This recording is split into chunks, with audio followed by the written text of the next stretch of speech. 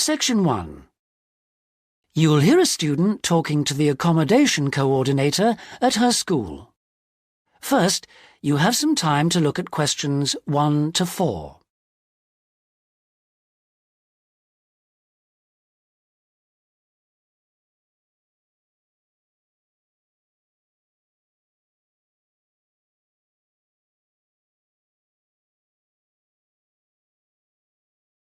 Now we shall begin. You should answer the questions as you listen because you will not hear the recording a second time. Listen carefully and answer questions 1 to 4. Sarah, I've heard that you want to move into a homestay family. Is that correct? Yes, that's right. I've been staying with my aunt, and now my cousin is arriving from Singapore, and my aunt needs the room for him. Oh, that's bad luck. Well, I'll need to get some particulars first. Sarah, what's your full name? Sarah Lim, and that's Sarah without the H at the end. How old are you, Sarah? 23, only just. It was my birthday on the 21st of August. Happy birthday for yesterday. How long have you been in Australia? A year in Adelaide and 6 months in Sydney. I prefer Sydney. I've got more friends here. What's your address at your aunt's house?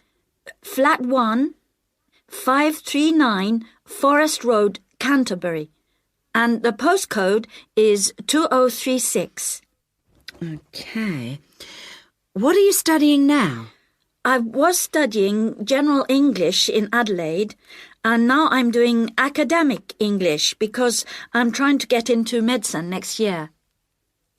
That sounds good, but it'll take you a long time. When would you like to move out from your aunt's? My cousin arrives on Friday morning, so I'd better be out on Thursday. What, the 7th of September? Yes, that's right. Before you hear the rest of the conversation, you have some time to look at questions 5 to 10.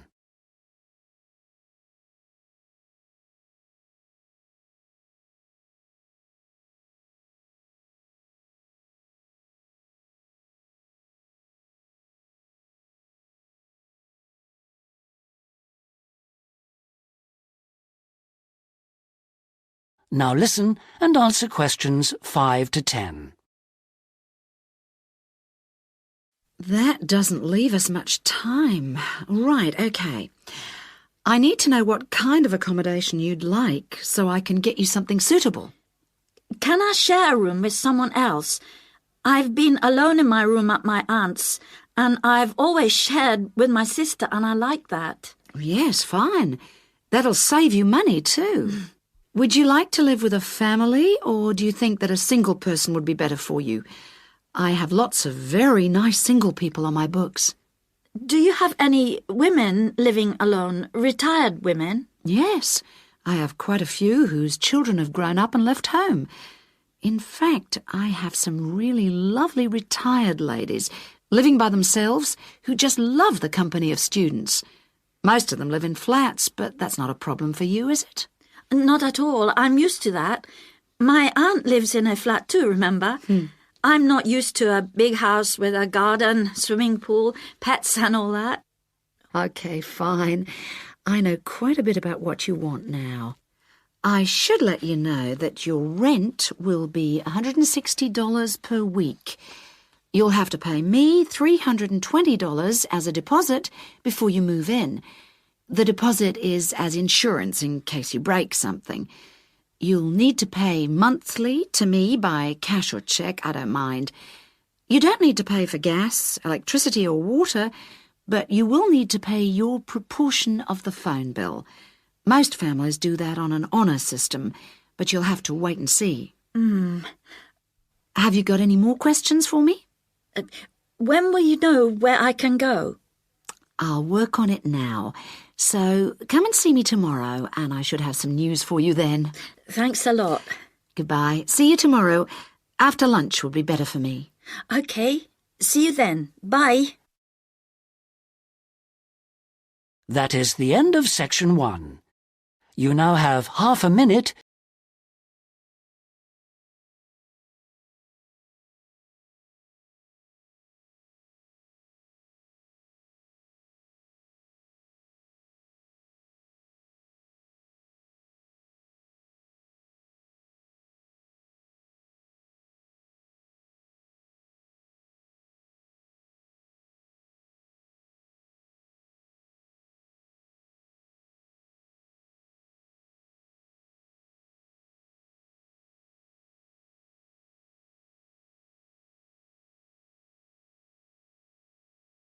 Section 2.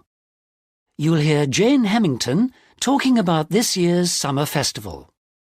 First, you have some time to look at questions 11 to 14.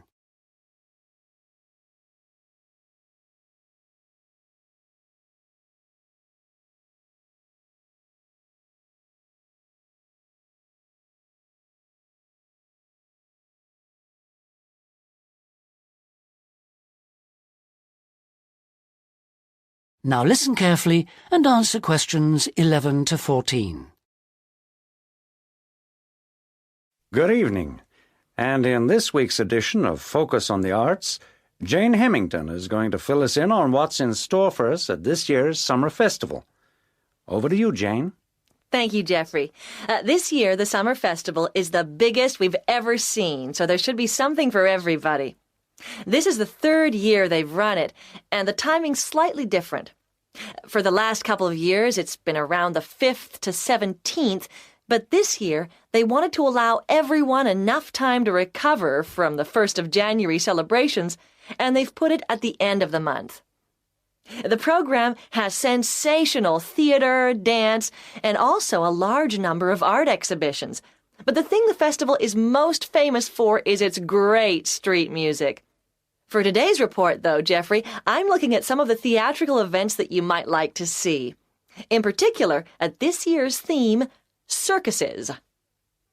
I'm going to tell you about 2 circus performances, but there are plenty of others in the program. I've chosen these because they represent distinct movements within circus performance. The first is the Circus Romano from Italy. As this is a traveling circus, it follows a long tradition by performing in a marquee, which is really like a canvas portable building, usually put up in a green space or car park rather than in a theater or stadium. Before you hear the rest of the talk, you have some time to look at questions 15 to 20.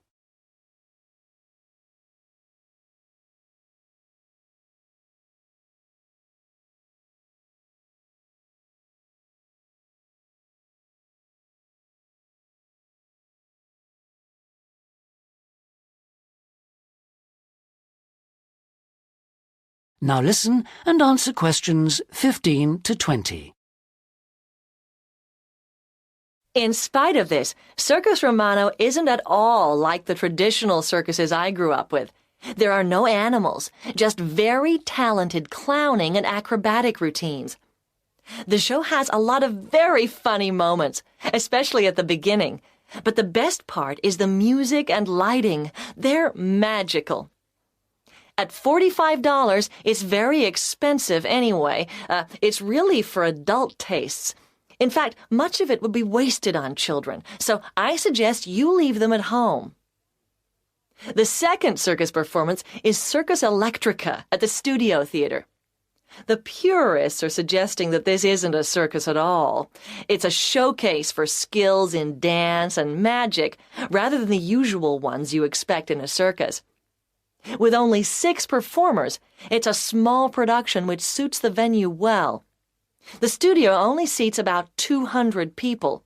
For my money, it's the aerial displays which are outstanding, as well as the magical tricks, features which are missing from Circus Romano. An interesting feature of the show is that the performers are so young. The youngest is only 14, but it's still well worth seeing. A good one for the whole family. And finally, as it's summer, you may wish to see some of the festival performances that are being presented outdoors, like the famous Mekong water puppet troupe performing in the city gardens this week. Now, water puppetry is amazing. It's large puppets on long sticks, controlled by puppeteers standing waist deep in the lake. The puppets do comedy routines, and there is some terrific formation dancing. This is a fantastic show, and the best moment comes at the end, seeing the puppeteers. When the troupe walks up out of the water, you get this amazing feeling. It's really hard to believe that what you've been watching is lifeless wood and cloth. As an adult, I had a great time, but I did note that other older people in the audience weren't quite as taken with it as I was.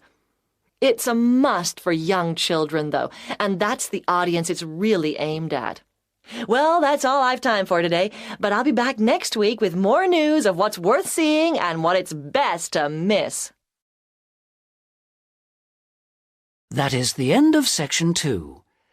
You now have half a minute to check your answers.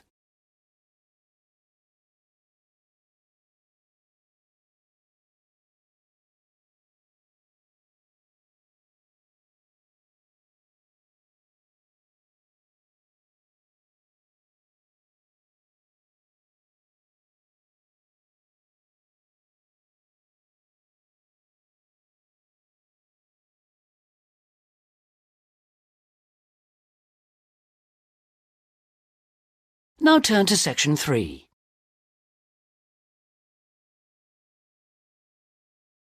Section 3. You'll hear a conversation in a university student services office. First, you have some time to look at questions 21 to 25.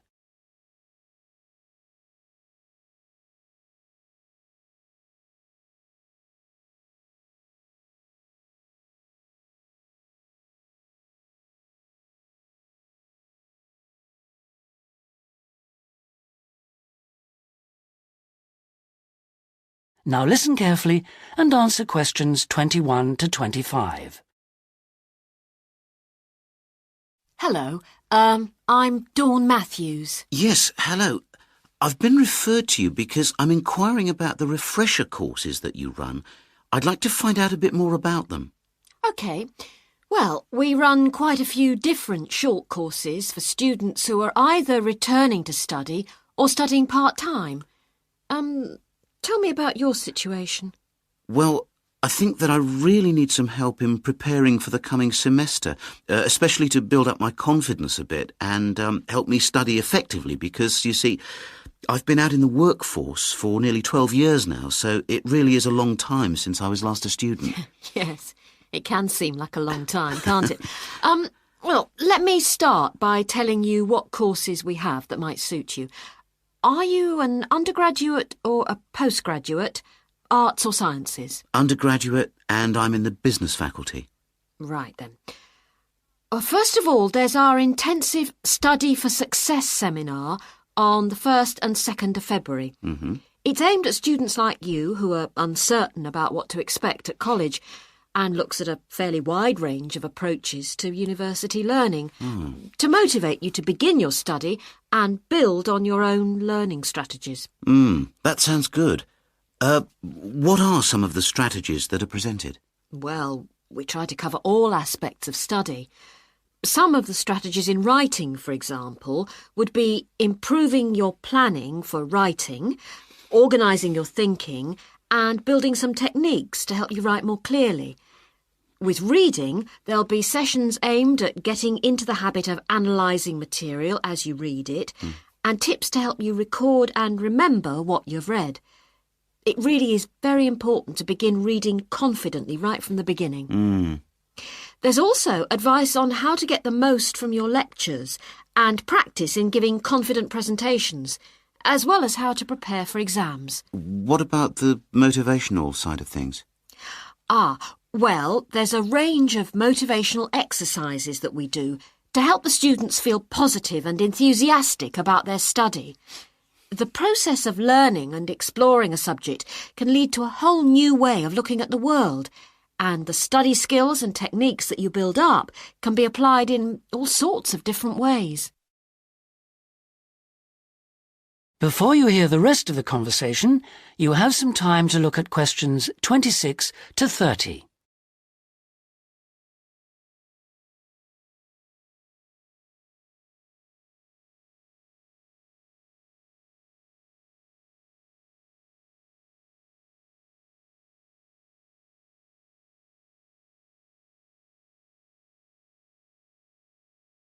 Now listen and answer questions 26 to 30.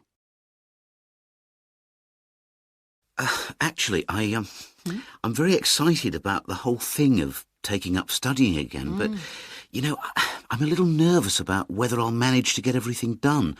I suppose it's the same for all mature students. Of course it is. Two of the key components of the course are time management and overcoming procrastination. People discover that once they learn to plan their days, all the work can be accomplished and there'll still be time for leisure. Is there an enrolment fee? Well, just a minute, let's see. The cost is £30, which includes all course materials and morning tea. You have to arrange your own lunch. Well, that wouldn't be a problem. I already make sandwiches for my 3 kids and my wife and myself every day. I won't have to change my routine. No. Now, I need to tell you that this is a very popular course and it's essential that you book well ahead of time. In fact, the course convener tells me that there are only 5 places left. What other course might be good for me? There is one other that you could benefit from.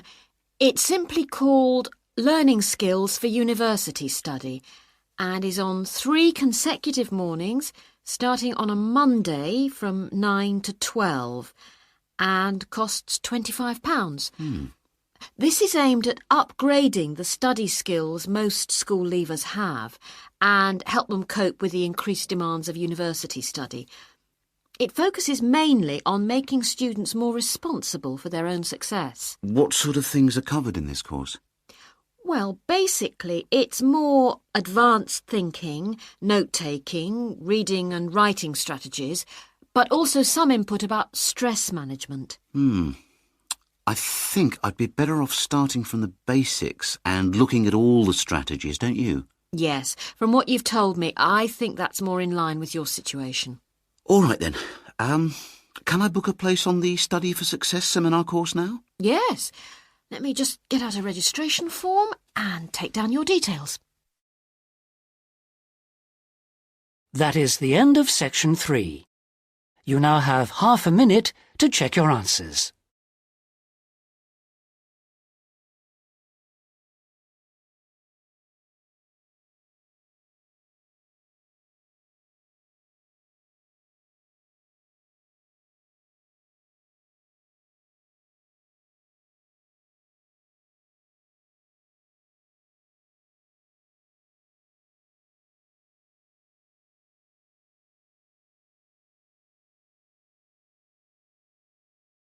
Now turn to section 4.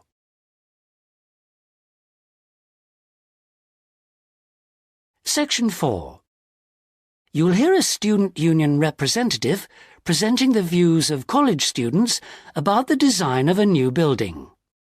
First, you have some time to look at questions 31 to 40.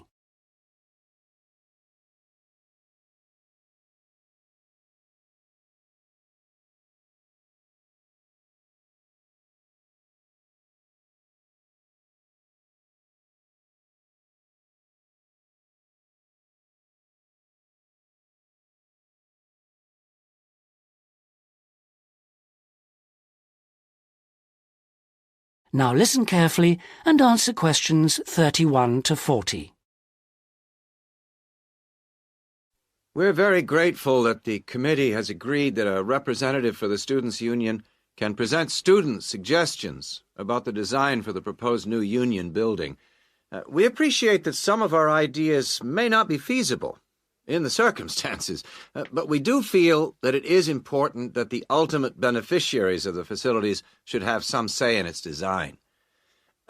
If I could start by briefly explaining what steps were taken to find out student opinion and how we have arrived at conclusions. Firstly, a meeting was held in the current union for our SU committee to explain the options. Then we invited all students to submit written suggestions for the design, placing cards in a suggestion box. These suggestions then provided the basis for the design of a questionnaire which was completed by approximately 2,000 of the college students over a period of 3 weeks. Finally, the SU committee collated the results and drew up a report. If I can just hand around a copy of that report. This presentation is essentially a summary and discussion of the key points of this report. So, in broad terms, the consensus was as follows. Firstly, regarding the crucial matter of the site, we presented the three options that you have proposed. 1, in the city centre near the Faculty of Education, 2, on the outskirts of the city near the park, and 3, out of town near the halls of residence. We asked students to cite reasons for and against these sites, and there was remarkable agreement on all three. Site 1 was unpopular because of traffic and parking problems. Site 2 had a number of supporters, mainly because it was close to most lecture rooms. And Site 3, out of town near the halls of residence, was clearly the most popular because of access from living quarters. It was clear that the union was mainly to be used after lectures. It was also felt that the larger site would allow more room for a choice of facilities.